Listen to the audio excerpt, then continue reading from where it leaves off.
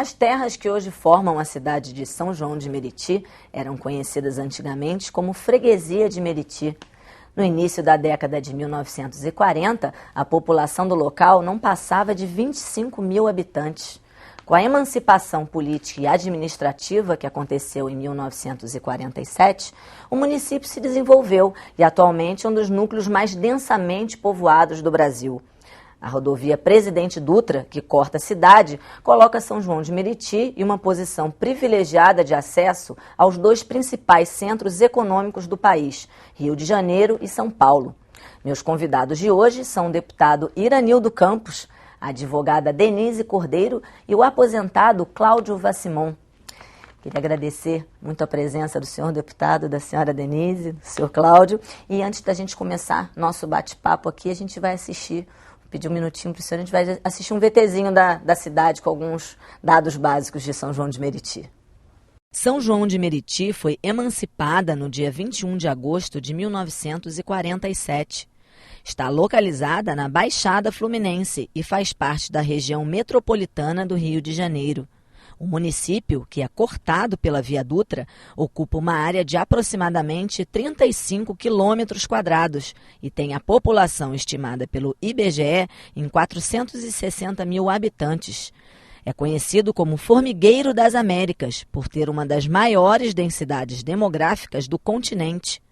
A posição geográfica da cidade é considerada privilegiada e estratégica, pois faz divisa com Rio de Janeiro, Duque de Caxias, Nilópolis, Belfor Roxo e Mesquita. A atividade econômica de São João de Meriti está concentrada no setor de comércio e serviços. Deputado, vamos começar primeiro num dos pontos que eu considero mais importantes de cada cidade, cada município, que é a educação. São João de Meriti, como a gente viu aí no VT, tem uma densidade demográfica extremamente alta e, pelo que eu vi nas minhas pesquisas, apenas 35 mil alunos em sala de aula.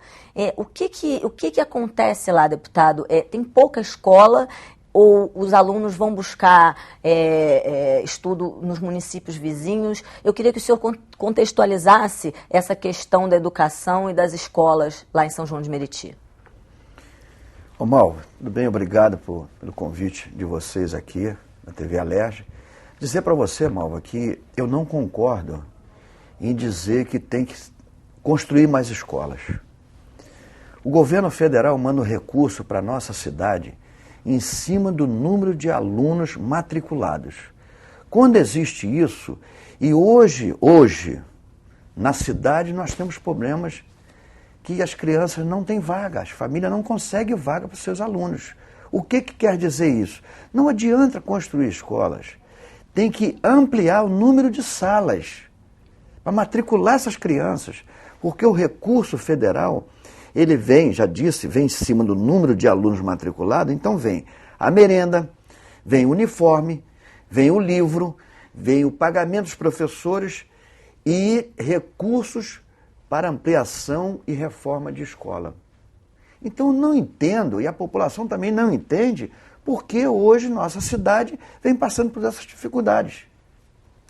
Doutora Denise, a senhora como advogada deve saber bem que é muito mais fácil dar educação para uma criança, porque ela na escola, depois você vai ter menos problema com ela nas ruas. Sim, eu quero agradecer a oportunidade de estar aqui, sobretudo pela direção da TV Alerj. Estou feliz por poder contribuir nesse momento. Mas o que me leva a crer e a dizer é que é necessário o comprometimento político e social dentro da responsabilidade civil que cada um de nós temos. A criança, ela precisa ter a conservação dos seus valores dentro do ensinamento, dentro das atitudes, das palavras delas, porque eu considero que nós temos condição de escrevermos sempre um novo capítulo. E eu creio nisso. Senhor Cláudio, o senhor como morador de São João de Meriti, como que o senhor vê essa questão? O que o senhor sente ali das crianças, essa questão da educação lá? Queria agradecer, Malva, a oportunidade de poder estar representando os meritienses. É um sofrimento muito grande quando nós, com já uma idade, já com formação, e a gente vê as crianças nas ruas. O que me deixa pensar qual o futuro de cada criança dessa na rua. E o que eu guardo comigo que se a educação ela muda a geração. Então, se nós educarmos a criança, a gente não precisa de punir o homem. Isso é um reflexo muito amplo. Deputado, como o senhor já conversou comigo um pouquinho antes do programa, uma das questões que o senhor levantou, além da ampliação das vagas nas escolas, seria uma educação de tempo integral. Eu digo tempo integral, isso tem que acontecer. Eu me recordo na época do Brizola, quando ele montou os CIEPs no nosso estado, com piscina, com parte cultural, com tempo integral. Tem que voltar isso. Em São João de Meriti tem que voltar isso. A criança tem que chegar às 7h30 da manhã na escola, tomar o café com leite, pão e manteiga, ir para a sala de aula, 11h30 almoço na escola, depois a parte cultural e semiprofissionalizante e de esporte. Chegar em casa às 17h30. Só vai dar tempo a mãe falar assim, olha, chega no portão, dá um alô aos seus coleguinhas, porque vocês só vão brincar domingo. Vai jogar seu videogame mais meia hora e vai dormir, porque senão amanhã você vai ficar sem o café com leite, pão e manteiga. Porque muitas famílias em São João de Meriti não têm condições de dar café com leite, pão e manteiga para os seus filhos. E as escolas são obrigadas a fazer isso. E a partir do ano que vem, tem que acontecer isso em São João de Meriti. Não pode continuar assim. Você tem que dar ocupação. Os jovens não podem ficar ociosos em casa sem fazer nada. Videogame não é cultura, é divertimento.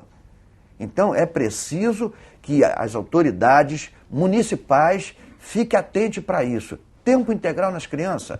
As famílias vão ficar felizes e vai ver que vai mudar o comportamento familiar desses jovens perante a sociedade e perante os seus familiares. Doutora Denise, como o deputado falou, essa questão cultural e esportiva é muito importante na vida dessas crianças. E, inclusive, essa educação de tempo integral tiraria essas crianças da rua e eu acredito que, assim como no Rio de Janeiro inteiro, e acredito que até no país todo, nos dias de hoje a maioria dos pais não conseguem acompanhar os filhos o tempo todo porque a maioria deles trabalha fora. Então, seria uma boa opção essa questão deles chegarem em casa, como o deputado falou, só às 5h30 da tarde, para dar um alô para os coleguinhas e já tá alimentado e com a cabeça já cheia, sem um perigo de cair num lado ruim. A criança, além dela nos ensinar muitas coisas, elas têm condição de refletir o que os pais são, terem como estereótipo os exemplos dos pais, mas os pais eles precisam ter a base necessária para essa educação. São João de Meriti, hoje, nós temos as questões de expansão e retração. São João de Meriti está na condição de retração. O desenvolvimento educacional, ele precisa ter mais comprometimento da nossa política, do nosso governo, porque o governo federal, ele não se omite em liberar verbas. Essa verba, ela simplesmente, ela não chega e não alcança os pontos que ela precisa. Né? Então, a culpa é nossa? É. A culpa é do governo? Também. Mas nós temos o nosso papel como cidadão de termos a responsabilidade de poder fiscalizar e fazer com que o governo vigente ele coopere com todos os recursos que entram, centralizando para a educação. Isso não tem acontecido em São João de Meriti. Se cada um fizer um pouquinho, cada um fizer a sua parte, fica mais fácil, né? E o senhor que mora lá, essa questão esportiva e cultural, as crianças têm acesso a isso no município ou só teriam, nessa questão que o deputado falou, se elas tivessem uma educação integral, que isso fosse oferecido pelas escolas. Como que é a infraestrutura esportiva e cultural da cidade? O que eu vejo, e falo mais uma vez como representante dos meritienses, é que pelo abandono e o descaso dos nossos governantes atuais, a Câmara de Vereadores e o nosso prefeito, eu gostaria, se ele tem os seus filhos tendo a mesma situação que tem as crianças meritienses hoje. Eu digo para você, Malva, que não tem. O deputado está certo, a doutora está certa, e o meritiense quer estar certo em conduzir os seus filhos. Em São João, eu vou ser bem mais radical, não se tem nada para as nossas crianças. Aí fica difícil você formar as pessoas, né, deputado? E o que o senhor pensa que a Alerj aqui, como Assembleia, né, e o senhor como deputado, e tem outros representantes também do município aqui dentro da Assembleia, podem pensar a nível de políticas públicas, né, até de projetos de lei, de legislação, nesse caminho? Olha, esse caminho, em outros tempos, foi até bom para São João de Meriti. Quando eu falo em outros tempos, eu falo em outros governos. Nesse governo que está aí, nesse mandato agora, não é o governo estadual que criou esse problema, não. O governo municipal cortou esse elo, porque todos os municípios do nosso país tem que haver uma parceria entre o executivo, o legislativo, federal, estadual e municipal. Os dirigentes do executivo, seja prefeito, governador, presidente, tem que botar na sua cabeça que eles têm que parar de ficar no ar-condicionado. Eles têm que ir para a rua, eles têm que conversar com o povo, ver o que está havendo, o que precisa, o que o povo está reivindicando, o que o povo está clamando. E ir nos locais que tem recurso, de pires na mão, pedir. Porque ninguém oferece nada para ninguém. Agora eles têm vergonha, têm vaidade. Eles querem, não, eu quero ser isso, quero ser aquilo, vou ser isso, vou ser aquilo. Começa a disputar posições e esquece do povo. Essa é a realidade, esquece do povo. A população que é o mais importante de cada município acaba sendo lesada. Eu vou pedir um minutinho aos senhores, a gente vai para um rápido intervalo. Cidades vai para um rápido intervalo. Voltamos em um minutinho. Não saia daí.